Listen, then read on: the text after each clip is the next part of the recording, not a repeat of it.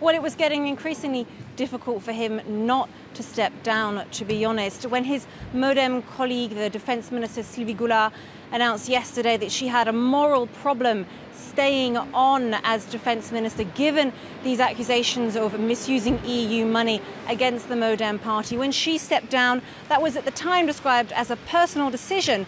But François Bayrou and, of course, Marielle de Sarnez, they had trouble staying on. It was increasingly pressure on their shoulders to step down and follow suit and do the same as their colleague. Added to that, François Bayrou was the Justice Minister and he could be facing his own judicial investigation. And on top of that, he was in charge of bringing in this law to moralise political life. So he was in a very difficult position, and it just was untenable for him to stay on as Justice Minister when he could be facing these kinds of investigations against his own party. Now, Claire, all this is likely to complicate President Emmanuel Macron's government reshuffle today.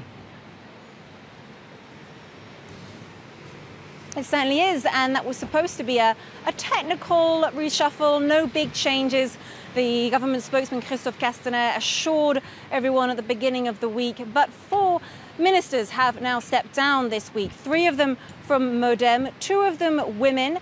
And we know that the government would like to replace those women with other women ministers because it wants to keep its promise of being gender equal. Added to that, we have just heard that the UDI right-wing party and some members of the right-wing Les Républicains party have now formed their own group in Parliament.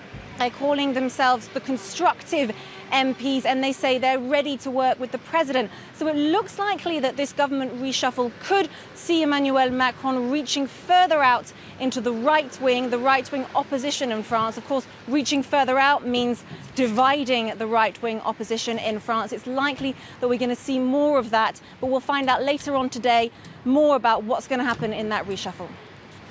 Claire Williams.